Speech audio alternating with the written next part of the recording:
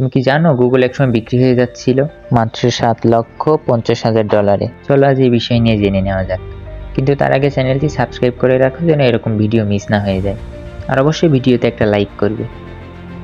1999 সালে গুগলের প্রতিষ্ঠাতা ল্যারি পেজ আর সার্জি ব্রিন চেয়েছিলেন তাদের সার্চ ইঞ্জিনটা বিক্রি করে দিতে, কারণ তখন তাদের কাছে সার্ভার চালানোর টাকা ছিল না।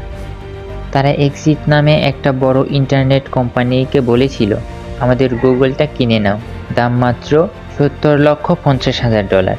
কিন্তু জানো মজার বিষয় কি? এক্সিট এই প্রস্তাবটা ফিরিয়ে দিয়েছিল, কারণ তারা ভেবেছিল এই সার্চ ইঞ্জিন তো নতুন, এতে হয়তো কিছুই নেই। আর সেই গুগলের মূল্য $2 ট্রিলিয়নেরও বেশি। একটা ভুল সিদ্ধান্ত ইতিহাস বদলে গেল। তুমি হলে কি করতে? কমেন্টে জানাতে ভুলবে না। আজকে শেষ করছি, দেখা হবে পরের কোনো ভিডিও নিয়ে। আর হ্যাঁ, চ্যানেলটি সাবস্ক্রাইব করে রেখো এরকম অসাধারণ সব ভিডিও মিস না করতে চাইলে। আর কোন ধরনের ভিডিও দেখতে চাও কমেন্টে অবশ্যই জানাবে।